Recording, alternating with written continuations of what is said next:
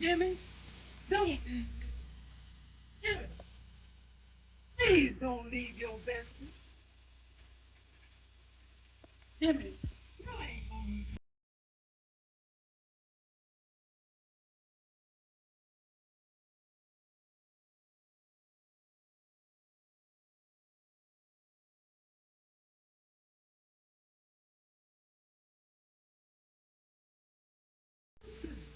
Suit? Yeah, a baby. For one suit, that's all. One suit. Don't leave me. I want to get out of my face.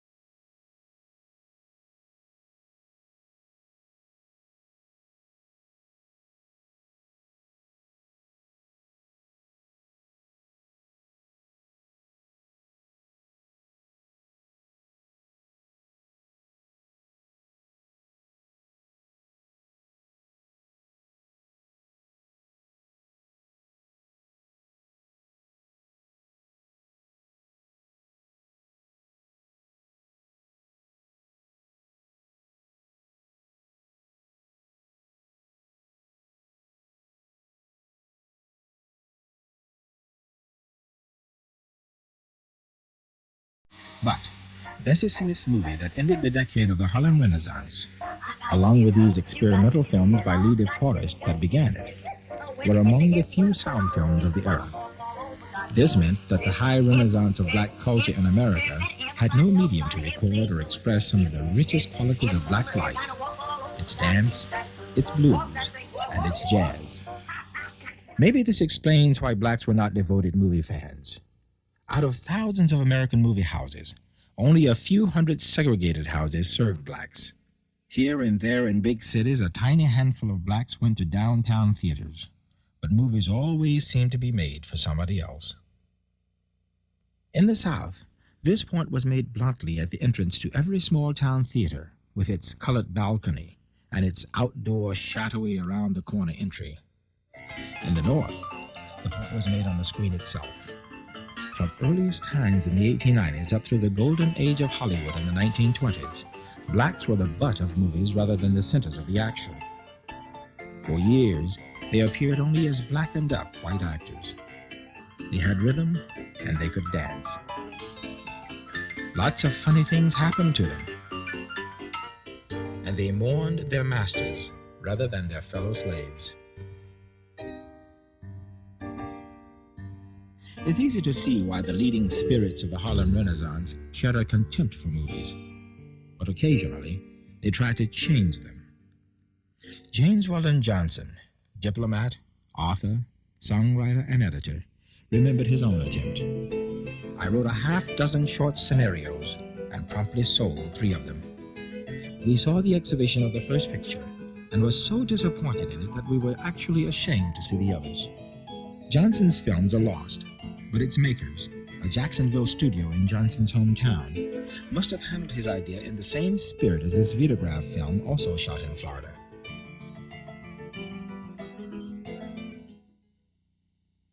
Even Oscar Micheaux, dean of race movie makers, failed to please black authors.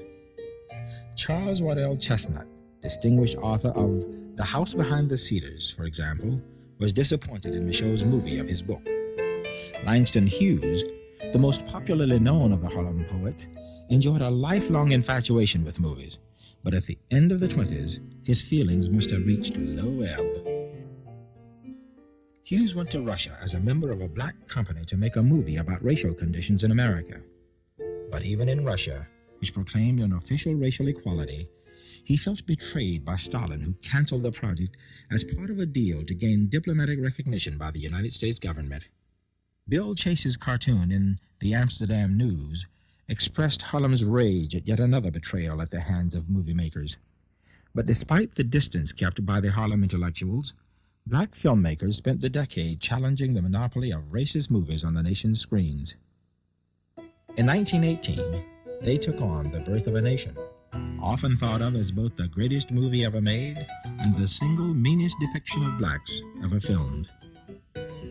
Emmett J. Scott and Booker T. Washington of Tuskegee Institute began a challenge to Griffith's film in Tampa, Florida, which they titled The Birth of a Race. Although not the first movie project of a black company, it was the first to have a big city premiere.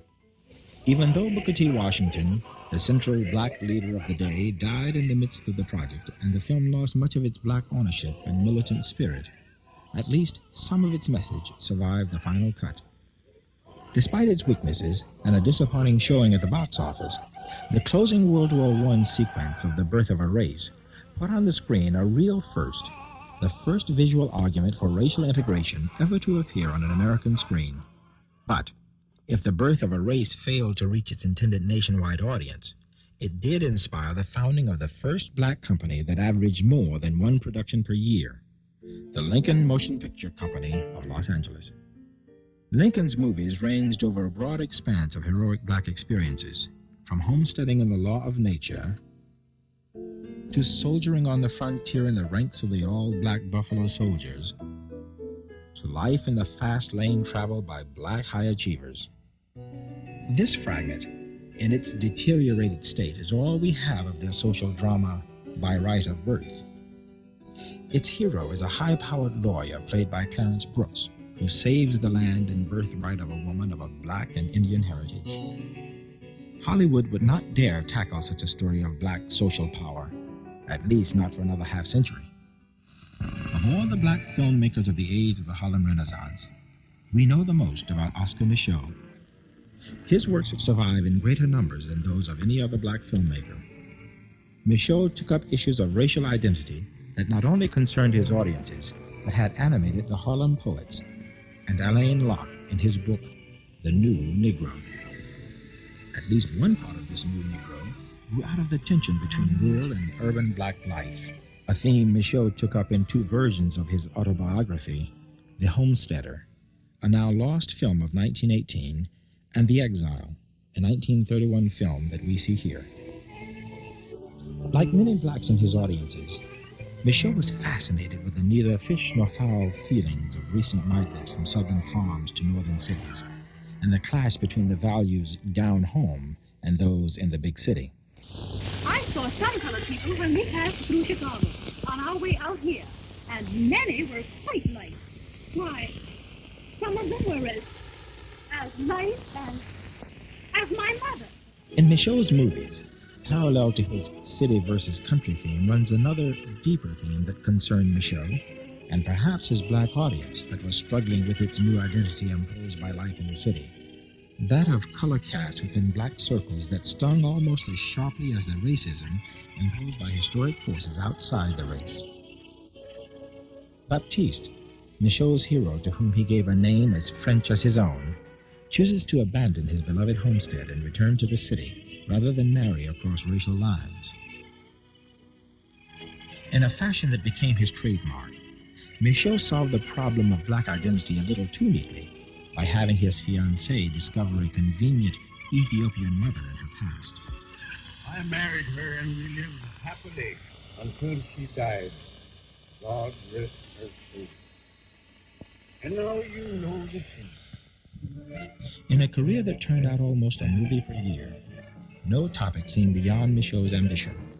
Lynching, corrupt preachers, bootleggers, and always done with a personal style that sometimes touched nerves and offended black sensibilities. Clearly, by the end of the silent film era, and by the end of the Harlem Renaissance, Michaud's sheer volume of accomplishment should have placed him in the ranks of Harlem's literary lights. Michaud was not alone in turning out black versions of every Hollywood film genre: westerns, gangster movies, fantasies. Nor were all of the movie makers black. Sometimes an occasional white company reached for the black audience. In fact, what Michaud's work was to drawing room and social drama, the White Norman Company of Jacksonville was to westerns, adventure, and outdoor drama. Their western, The Bulldogger, took its theme from the actual West, while the black cowboy Bill Pickett invented the rodeo stunt known as bulldogging. Black Gold was an adventure for the company itself. Few Hollywood studios would have risked sending a film unit to the Oklahoma oil fields to make a location shot. In addition to their westerns, Norman attempted a black version of the great national fad of the 1920s, aviation.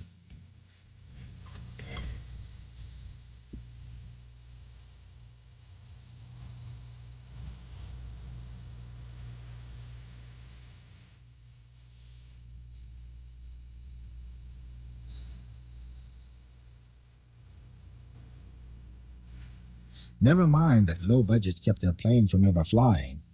Shaking the plane and tilting the camera upward gave the illusion of flight. Almost.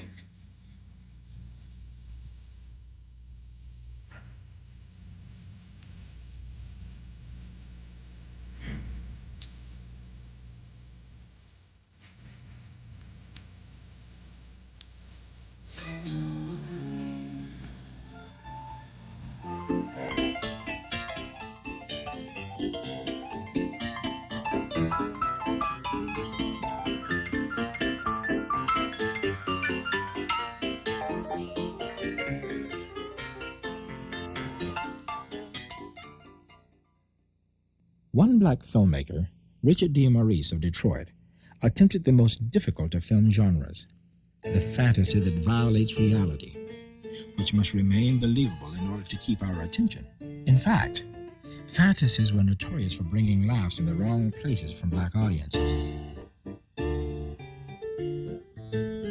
In the main storyline, a crooked preacher turns a street kid into a criminal.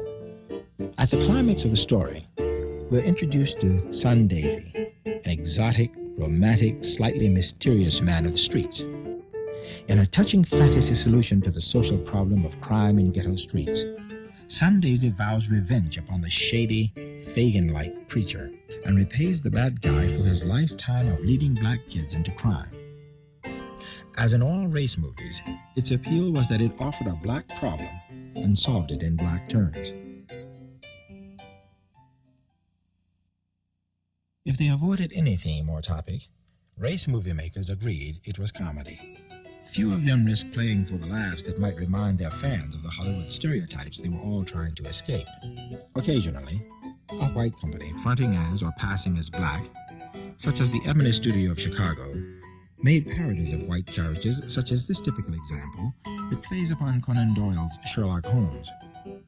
But generally, the last thing black movie makers needed was to be charged with imitating Hollywood stereotypes, so comedy seldom surfaced in race movies. Of all the surviving movies of the Jazz Age, can it be said that one stood out above all the rest? Many critics think so. Their choice is The Scar of Shame, a social drama in the Hollywood great tradition, a story of lives shattered by social snobbery. Only this time, the story has a race angle that Hollywood would have avoided like the plague. Taking up the two social circles as a struggle between two opposites, the riffraff versus the bourgeoisie, the movie dramatized the desperate ambition of a black composer to rise above environment, contrasted with Louise's failed attempt to climb out of the misery and squalor of another, poorer world near the bottom. Can Louise rise by an act of will from her stepfather's low life and move with her lover to the suburbs? No. Environment drags her down, and Louise, like her black doll, is shattered by the experience. Like dozens of fallen women in scores of soap operas and melodramas, Louise sacrifices herself rather than be a drag on her man's race ambition.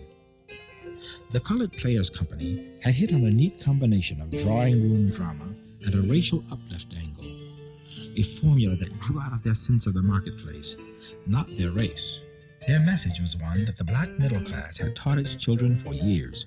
Louise's tragedy reinforced the audience's faith in the uplifting value of ambition, work, and sacrifice. And yet, despite the merits of The Scar of Shame, many blacks still avoided race movies. Some of them out of religious conviction, some to avoid yet another form of segregation, and still others as a preference for high-budget Hollywood movies rather than low-budget race movies. And so the silent era of race movies ended as it had begun, lacking the respect of the Harlem intellectuals and still in search of a popular audience. A Baltimore Afro-American editorial pleaded with its readers for forbearance and tolerance. The worst enemy of the race producer is the movie fan himself. Colored Americans are governed by standards set by white producers. The cinema game within the race is within its infancy, and it is within the power of every race fan to crush it in the cradle. To bear with such men as Oscar Micheaux and other pioneers today means better and bigger race pictures tomorrow. Make it your slogan to see these pictures, even if it hurts. Why did race movies need to struggle so desperately for approval? Perhaps it was merely the silence. So much of black popular culture involved percussion, resonance, and tempo, and not merely the moving image. With the coming of sound, James Weldon Johnson himself changed his mind about movies. Remember, as a young man, he had been burned by an encounter with movie makers. But in 1929, he wrote to Bill Foster, who in 1912, as far as we know, was the first black man ever to make a movie.